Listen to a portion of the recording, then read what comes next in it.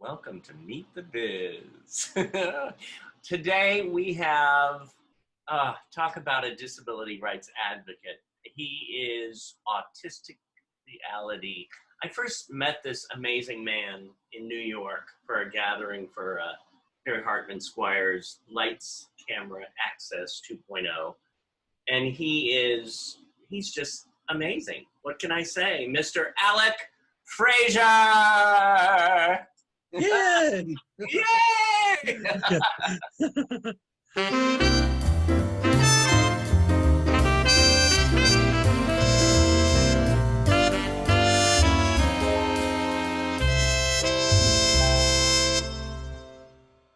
Hey, Awesome. Yeah. Hey, how are you? good. You look wonderful. I've been working very hard. I figure with this virus going on, I want to keep busy so that I don't think about, bad stuff. And I've been successful at that, by the way. I'm just staying very positive and hopeful, which I know is tough during these times. But I had, if you'd like me to explain, I had an aha moment about 8 years ago where I chose. I'm not recommending this to anyone else. I don't know how it worked, but I chose to not to get depressed or seriously sad anymore. And for some stupid reason, it worked.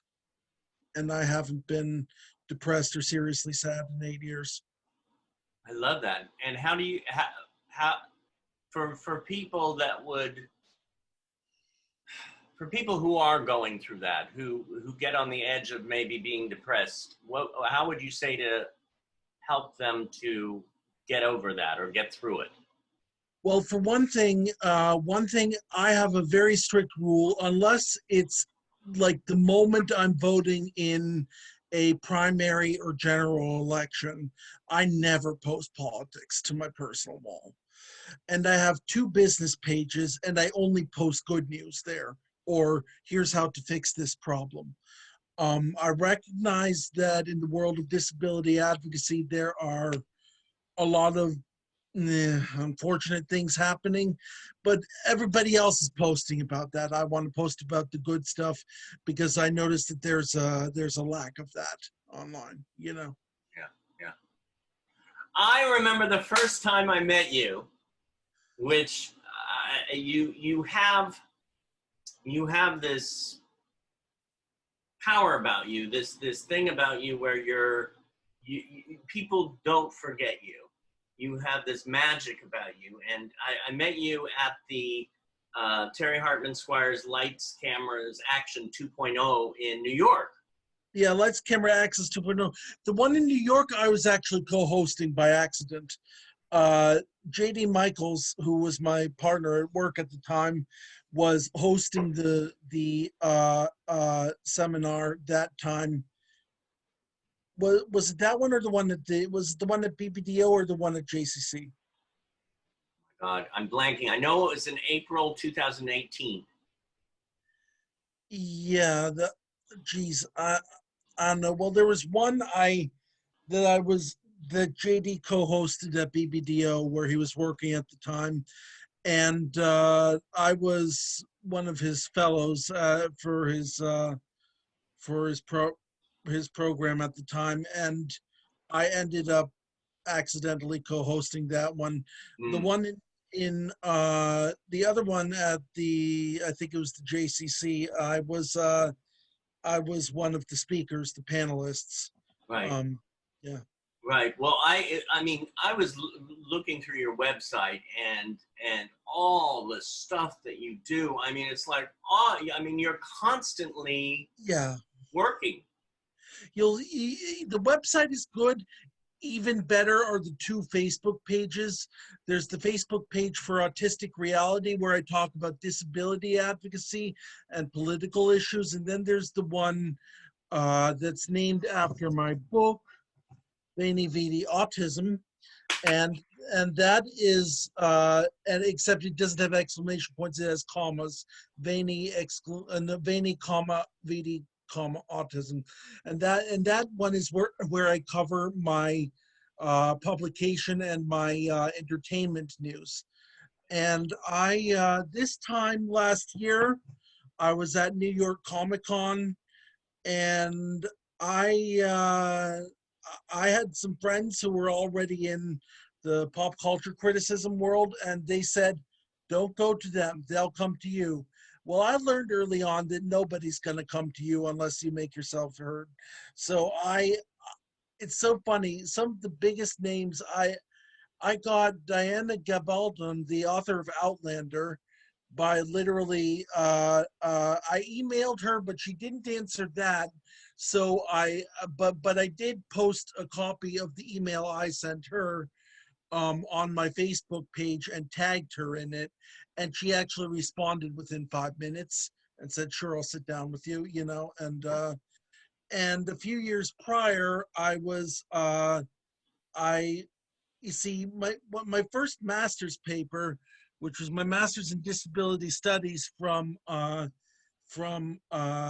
University at Buffalo. I loved the degree. The advisor didn't always have the best advice, so I did a paper on the first autistic superhero from Marvel Comics, Tim Burke as the second Daredevil, and then I asked him.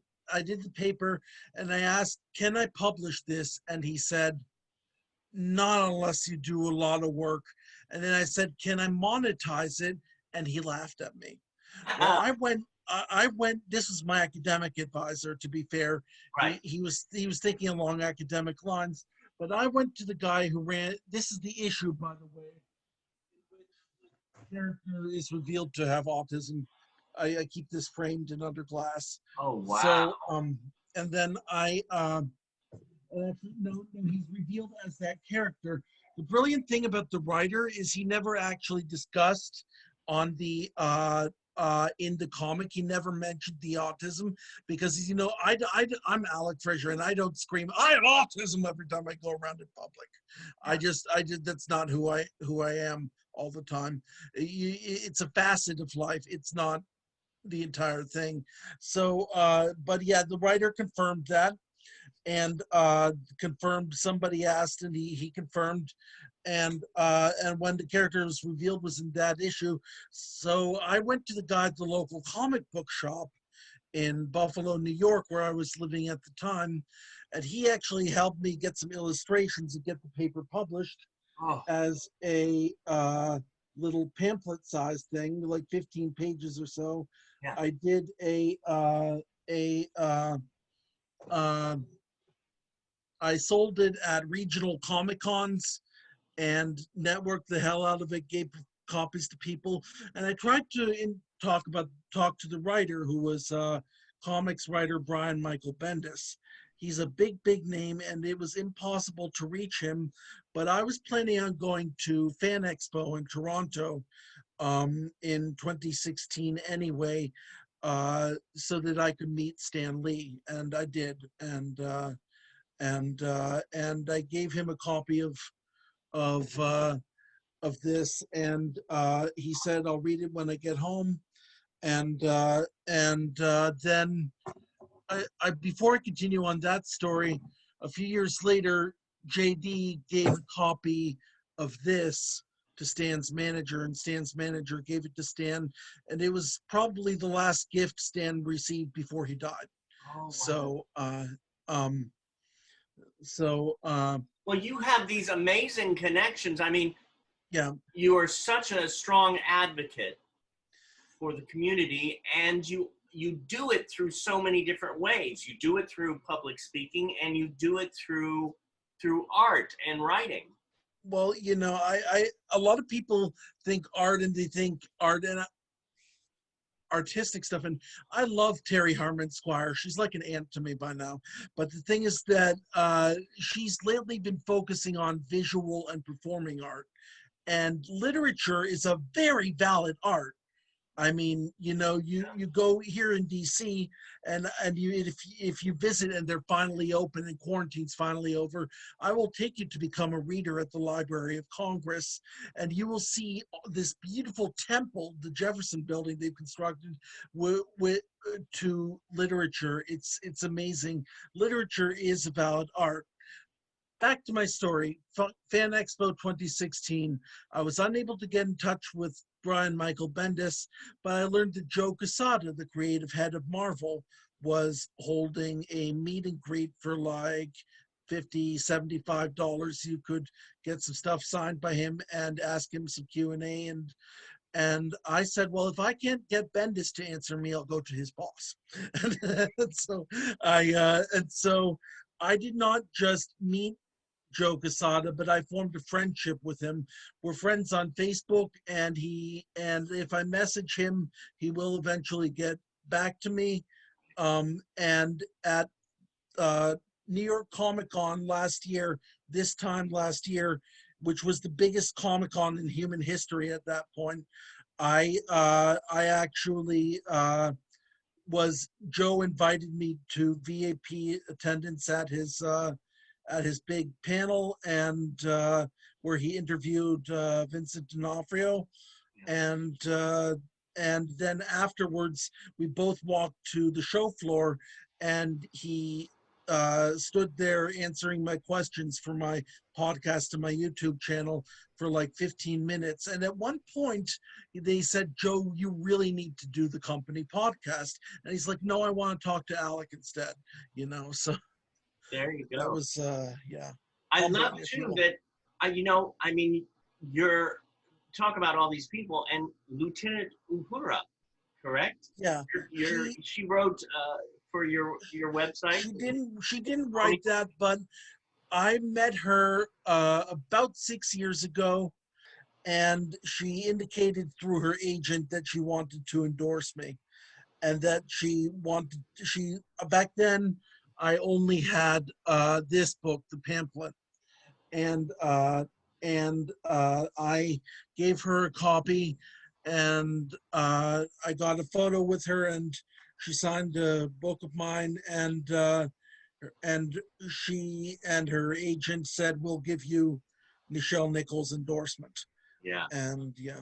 What a wonderful endorsement. I mean, especially to have that one of the beginning quote seeds, the founders in a way of Star Trek.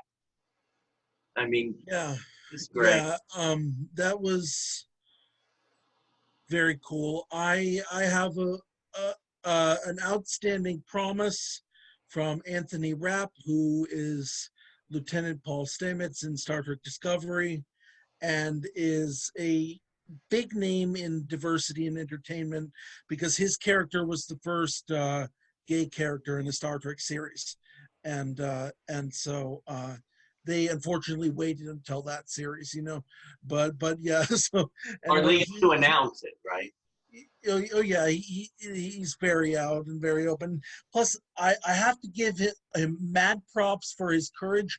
He's the one who he was on the receiving end of some sexual assault by Kevin Spacey back in the 80s, and he's the one who outed Kevin Spacey as a sexual predator.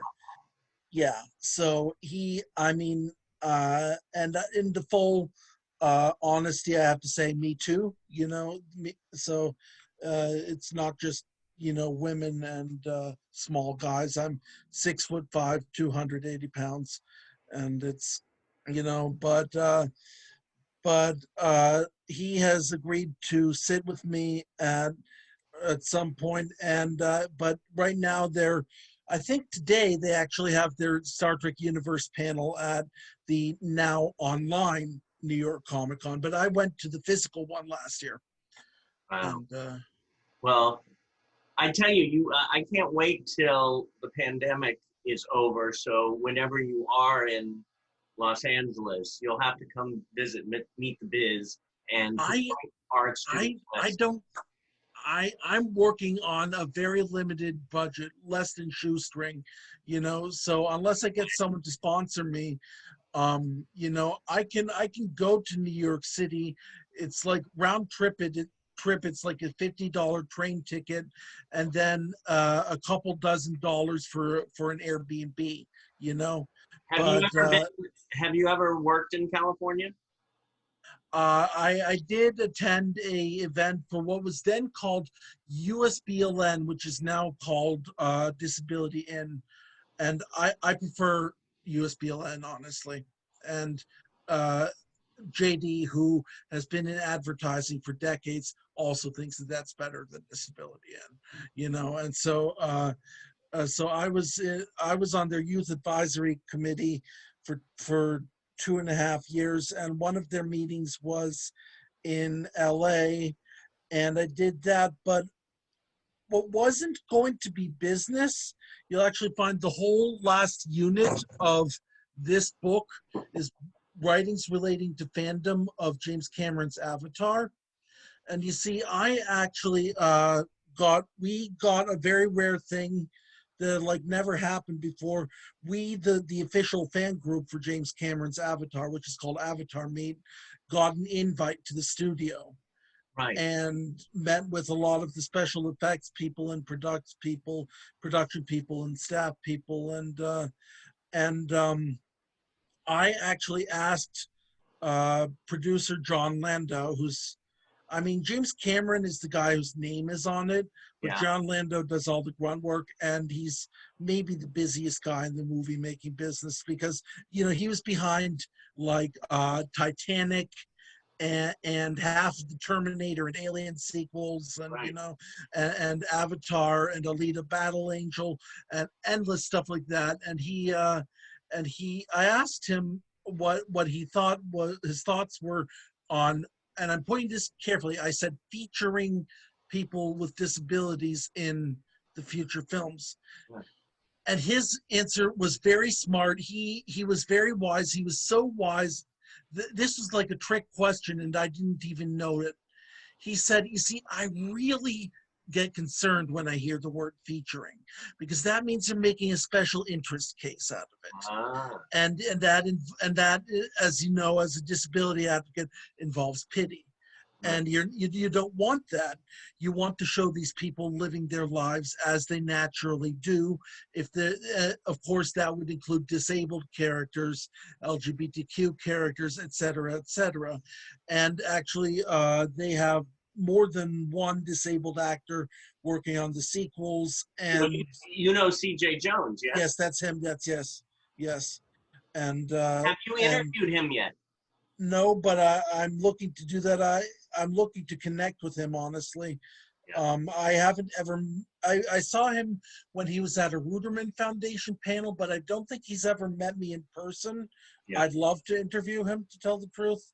You know, if you Right. could help with that, maybe that Oh, would I would be. love to. I will definitely connect the two of you because I think it would be a great connection, especially since you are so into um, the comic books and the Avatar Yeah. and the creative writing and film. Now, this is not just I do things for my YouTube and I do things for my podcast. There's like 3 dozen podcast entries. Some of the podcast entries are also YouTube. Now with the advent of Zoom, the quarantine has actually been really wonderful for me because it forced me to innovate, and I've been able to use Zoom to record interviews on video, and now I have video interviews that I never would have had before. Isn't And it so great? yeah, and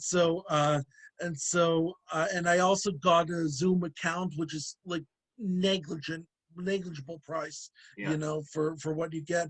And uh and i uh i have so I have my YouTube, my podcast, but I also write for publications. I write for Flickering Myth, which is a website, a pop culture website. Like I did a whole my first piece for them was an essay on how Alita Battle Angel was basically, it was a fantasy come true for people with prosthetics, because almost every character in that film is to some degree or another prosthetic. And it's interesting that the most human character in the film, her only human part is I think her brain, you know, Sure. and you know, and there are people with fake arms who use them for as an advantage playing music. There are people who use them as sports advantage, and you realize that everybody in that film, almost everybody at least, is physically disabled in some way, but it's not a disability. They use it for like superhuman abilities, you know. Yeah. And so I wrote a piece on that for them. I wrote their review of Love Victor. I did an interview with I actually met Becky Albertelli, who wrote Love Victor and Love Simon. She was coming to speak at a local independent bookstore, and I met with her and gave her a copy of my book, and she signed some copies of her book for me, and she agreed to do an interview with me, and so then I also do a lot of work for Starburst magazine. Do you know who they are? I no, but now when did they It, become a burst? Starburst Star? magazine is like the oldest and the biggest sci-fi and action magazine. Wow. They're British and they've been around since the 70s. They are so highly regarded that they are to science fiction, action, comics, and horror as Rolling Stone is to music. I love So this. so yeah, and I've written reviews and blurbs. They've used the quarantine as an advantage to finally do like 100 best science fiction films, and did mini reviews of a couple films for them. They also did biggest horror moments. I have my first full-size interview coming out for them. Well, now I have to uh, ask you. You mentioned horror moments. What is your favorite? If you had to choose your favorite horror film of all time, what would it be? I think with horror, that's the wrong way to view it. Scariest horror. Oh, okay. I got that. If you are in a dark room watching for the very first time and paying rapt attention to the 1983 film Ghost Story, it will be the scariest shit you'll ever see. I love that film. Alice Cridge, right? Yeah, Creech, yes. Cridge. No one is scarier than her. Ah, she's so brilliant. Yeah, I would love to meet her. Oh, yeah. She is amazing. And of course, naturally, they got her to play the recurring role of the Borg Queen in Star Trek. You know, yeah, yeah, I love. yeah. And so no one can do frightening like her. I tell you, I mean, when I was growing up, and still once in a while, but I collect. One of my things was collecting soundtrack albums, and one of my favorite genres was quote horror, just because the music is so old, and I actually have the soundtrack on LP of Ghost Story. Oh, great. Yeah. So I did that, and so I have this like I said, one way I connect with these famous like filmmakers and comic book people, dude, I just drop them a friend request on Facebook, and you'd be surprised who answers. So one of the people who answered a couple of years ago was Dacre Stoker, who's the great grandnephew of Bram Stoker, and he's also Bram Stoker's literary executor. And he has written, because he has the rights to the estate, he has actually written the official prequel and sequel to Dracula, officially licensed. And he also gives tours of course, once again, when we're not on quarantine, he gives tours of Vlad Tepes's Romania, you know, Vlad the Impaler, who Dracula's based on. And actually, there's a site called Mini Museum, and I recently ordered some soil from one of Vlad Tepes's castles, and I'm having Dacre sign it and send it back. And so Dacre agreed to be in an interview with me he's all about getting the word out, you know. So that will be a sizable interview I've got going in Starburst. And if you have like a place, a news shop, bigger than a newsstand, but like a news shop that sells reputable magazines, or if you have a Starburst subscription, that should be coming out a couple days before Halloween this month. Oh my God, this sounds great. Um, what is, question? What is one of your biggest joys? Photography.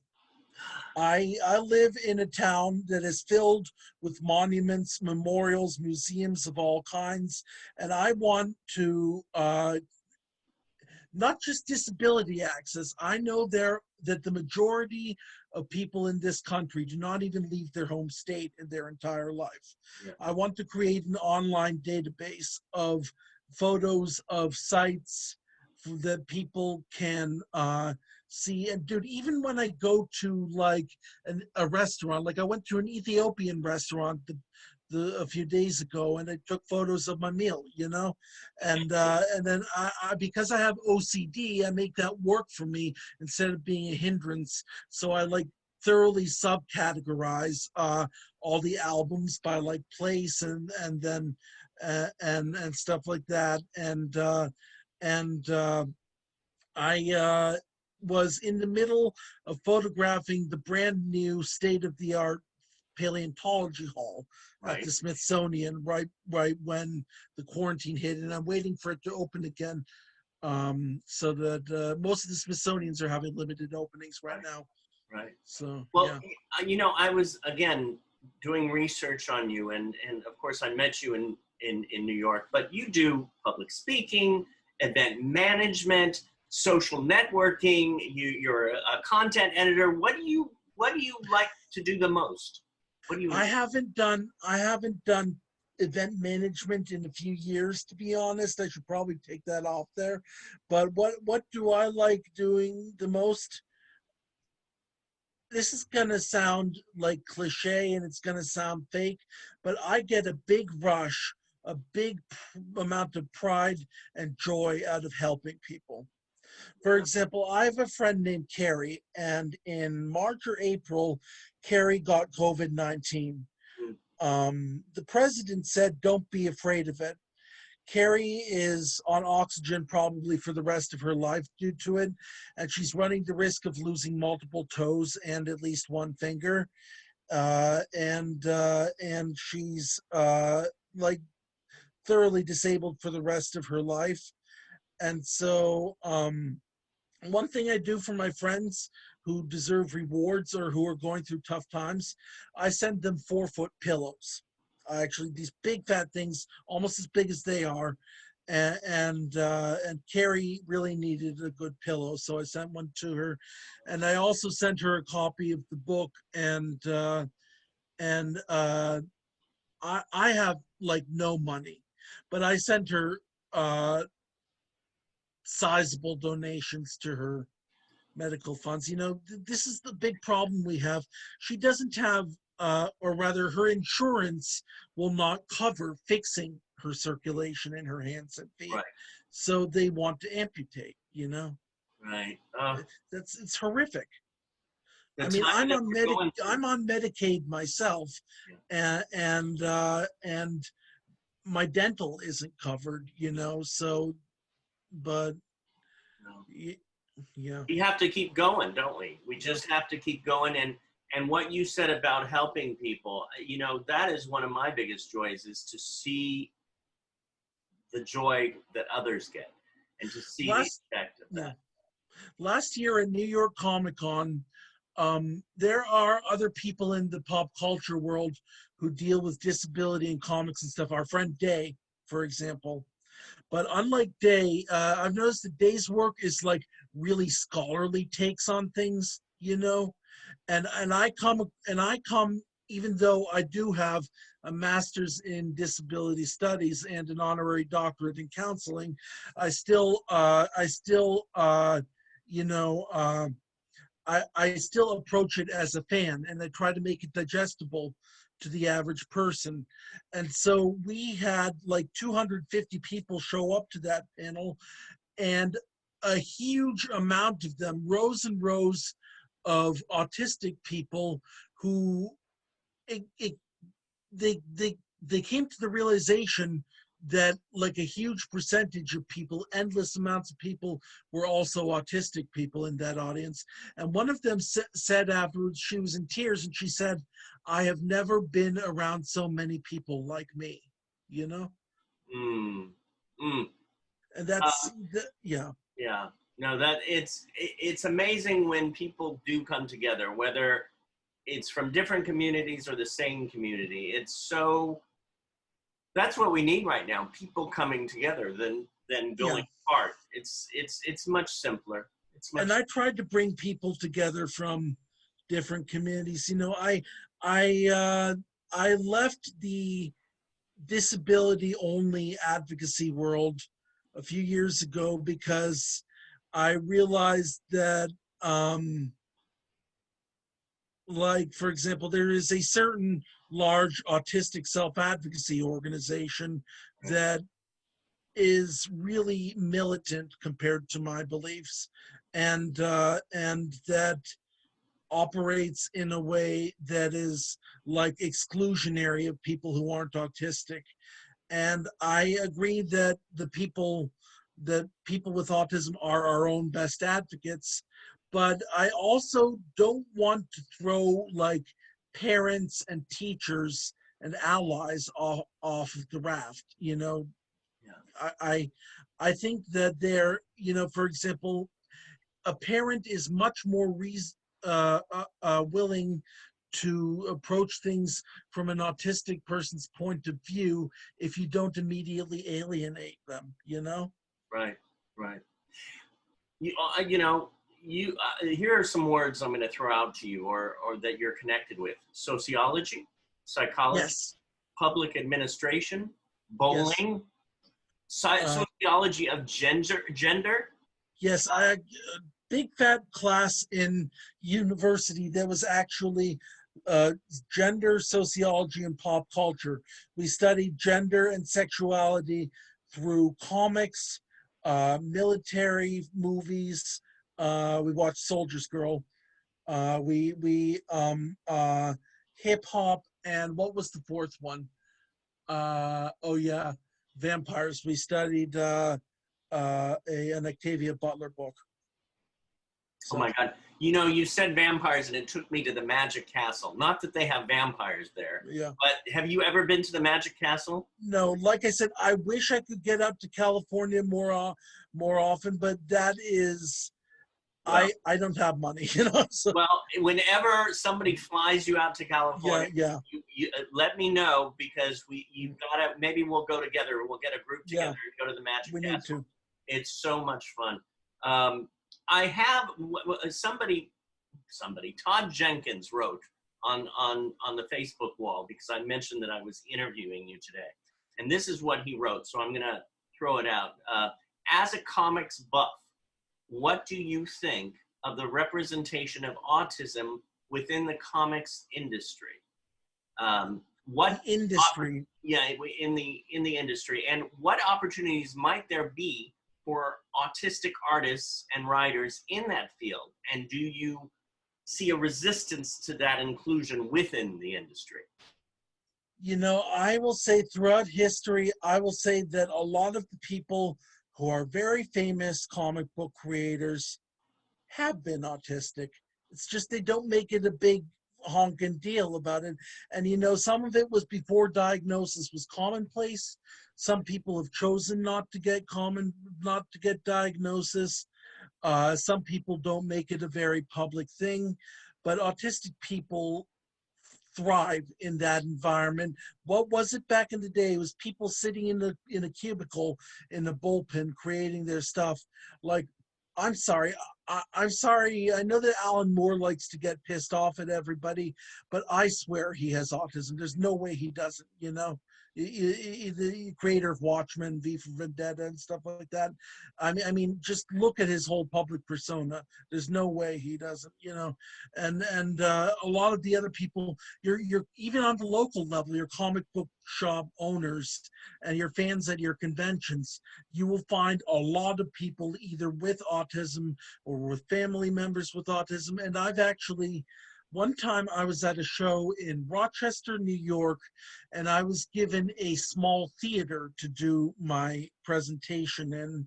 And usually, for most panels, it's like 3 or 5 people in Mm, there. We filled the small theater because we were giving an autism-centric talk, you know, yeah. and autism and creativity, rather. There's a big panel I do, the one I did in New York Comic Con last year. It's autism and creativity. I just did a version of it for the National Disability Mentoring Coalition and people, youth with disabilities. And I'm giving it again, this time as a free online seminar for the DC Public Library. And if you think, well, Alec, aren't you giving that everywhere and to everyone? Uh, it actually doesn't get easier doing it over and over again. New stuff comes in, and I think everybody deserves to hear about that. Yeah. What's your proudest moment in your life?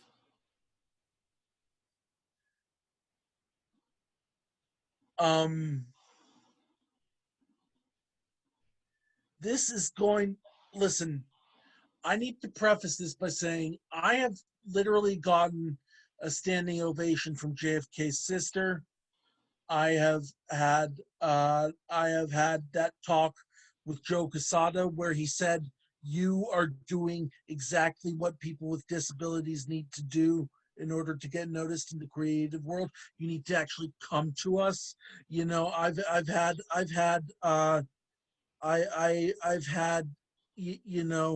people like that, but that's not my proudest moment. When I was living in Buffalo, the comic book shop owner, Emil Novak Sr., who is the biggest geek I've ever seen, we had just come from an event at the city library in Buffalo, and we were all at lunch together. And he said, I, I can't believe you're not one of Professor X's gifted mutants.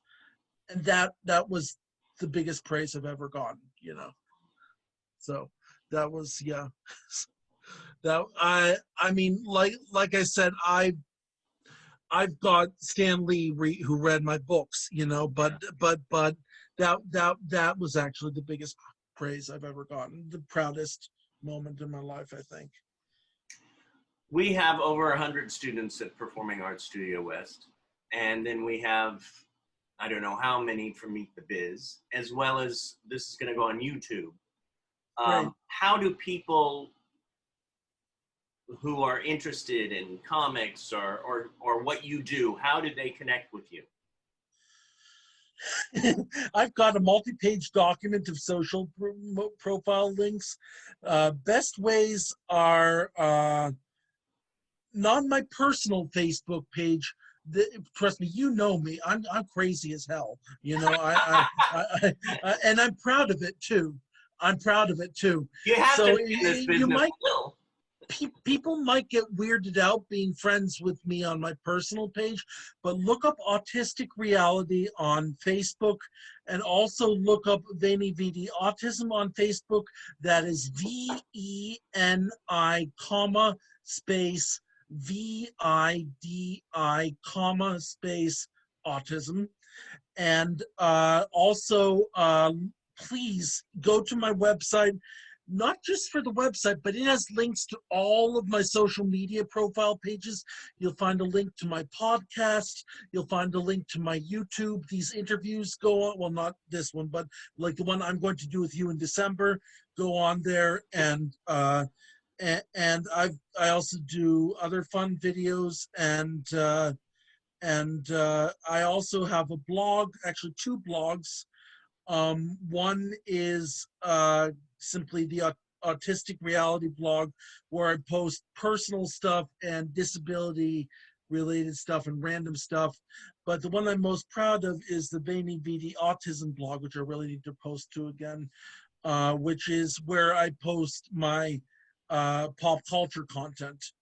By the Also, way, by the way, I yeah, saw your interview with Judy Human. I love that, how you guys were eating, and it was just yeah, so relaxed yeah. and fun. She had Stevie, her assistant, go out and buy like cake and ice cream and party favors and stuff like that.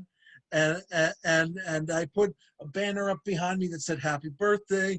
And we just, Judy is lovely, and uh, I love her to bits. She's amazing. And I had just finished watching Crip Camp when for the first time when I saw that, so it was all fresh in my head. Isn't that And like one of the best films ever? I just loved it. yeah, and you know, that was amazing. And then, oh my God, did you see my interview with Tony Coelho? I haven't yet. I have to watch it.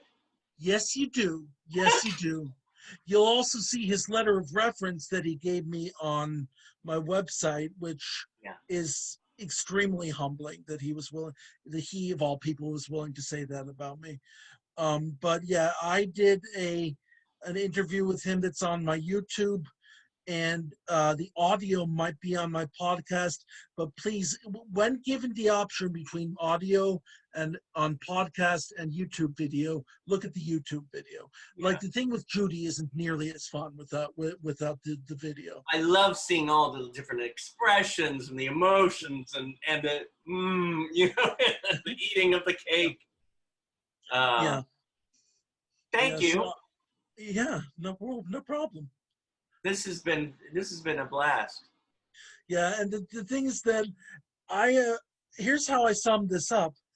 I know people who are better at disability advocacy than me.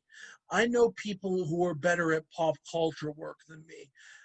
But I have yet to meet anybody who combines them quite like me, you know. And that's not bragging, but that is a genuine fact. I'm not aware of anyone who does that, you know.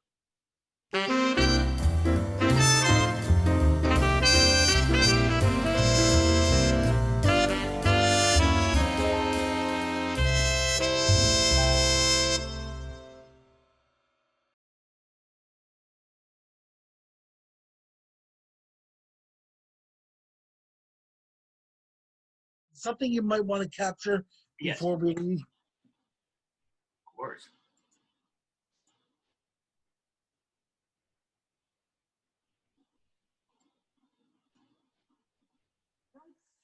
JD and my own career, I have an action figure. Ah, bring it closer to the camera. Oh my God, that is great. Where did you get it? Well, JD is a wonderful man. I love him dearly, and he has these contacts. And as you know, I was doing a fellowship for him that was supposed to last a year, but it ended up lasting like almost 2 years in various ways, shape, and forms. And as a gift at the end, he has a friend who scans people for like Hollywood and major things. The guy had just gotten done scanning Bill Murray's foot, of all things, and he and so yeah, you know, there's all sorts of weird stuff going on. So he actually he stood over me with these capture devices all around my body as I wore the suit, and he had the glasses in post, but anyway, so I think, if I'm correct, it's made from granulated glass, which means it is so fragile, you know. That's gorgeous. Yeah, and and so one of the questions I answer for the pop culture panel, JD came up with those questions, and the last one is, what does your action figure look like? And that's the only image in the panel. I just simply roll this image, you know.